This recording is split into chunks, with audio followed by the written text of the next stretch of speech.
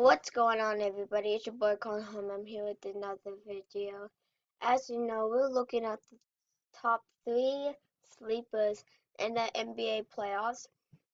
As you know, I guess this can be a cut call since I'm playing while talking, as you can't see my face, but it doesn't matter. So, this is who I think is the top 3 NBA playoff teams. And it's going to be a team that everybody will, know. And will be like, well, every video, as you know, I always provide a reason. And let's get into it. Top number 1, the Atlanta Hawks.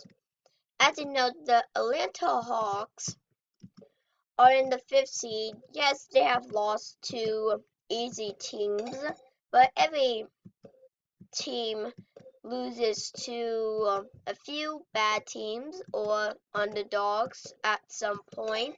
So you shouldn't really blame the Atlanta Hawks. And so then they make it far into the playoffs. Now I know you might be saying, well, they lost Al Horford and Kyle Korver, and what they got from Mike Dunleavy isn't really contributing. Yes, but at the same time, you have Dwight Howard with some playoff experience. I mean, he went to NBA Finals and a lot in Rockets, so he does have some playoff experience.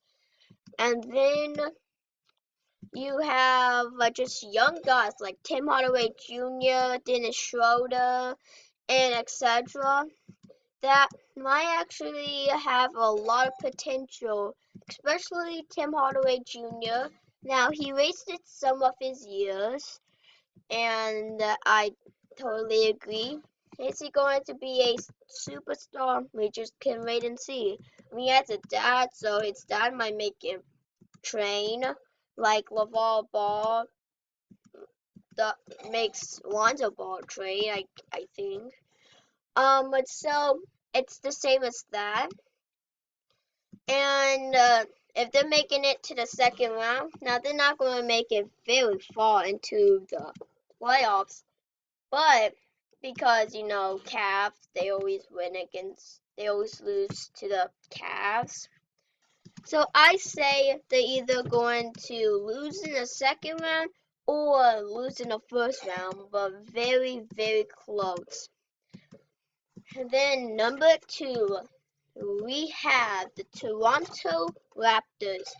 As the Toronto Raptors was almost the same team as it is now, DeMar DeRozan on his own was capable of making them a official playoff team, and since Kyle Lowry back, that just makes them more dominant. So they're gonna go far in the playoffs. Now they have lost. Now, do I think they'll make it to the conference round? No, or maybe so. But you got like the Wizards. You got like the Wizards to worry about, and they're a sleeping team.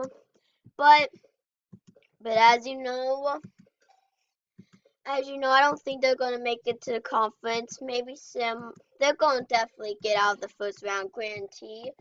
But I don't know if they're gonna make it to the conference because you got Celtics and the Wizards. And yeah, let's go. And so then number 3, of course, it's the Jazz. As you know, Rudy Gobert is just a rebound master, and he's putting up pretty good points. As you know, since he's tall, he puts up, of course, blocks. And you have Gordon Hayward, a scoring machine. It is an underrated defender. He's not like an elite, but he doesn't make that much good plays and good defense. But just because you don't get highlights, it doesn't mean you're not good. And he doesn't put up good highlights, but he doesn't put up bad highlights. So he's a good defender. But you have George Hill, who's doing so good, dominant. He's very underrated. and nobody knew in the Jeff Teague trade that he would be, good. Good, maybe 10 points. No, he's like 19 or 20 points per game, I think. And yeah, mixed it with all that, you have a good big three. I think they're like the top 15 big three.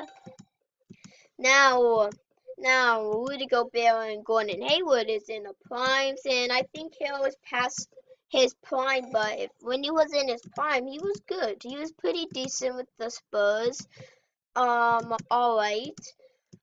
But if George Hill was a little better, then it would probably been in the top 10. But George Hill's good. George Hill's pretty good, and he's so underrated, like Rudy Gobert and Gordon Hayward. So those are sleepers because all of them are the big three are so underrated. Like, and here are the honorable mentions. Like, there's so much honorable mentions, but I have to. As you know, you have the Grizzlies.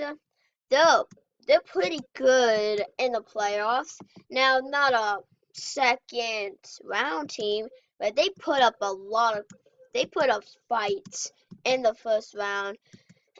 It always sucked for me watching the Thunder versus Grizzlies playoff rounds because of how much Grizzlies fought, and it was hard to stop them. I'm not gonna lie, it was hard. And at one point, I actually thought we were going to lose, but we did not. And it was 4-3, seventh seed, almost winning the series. It's pretty good. It is underrated.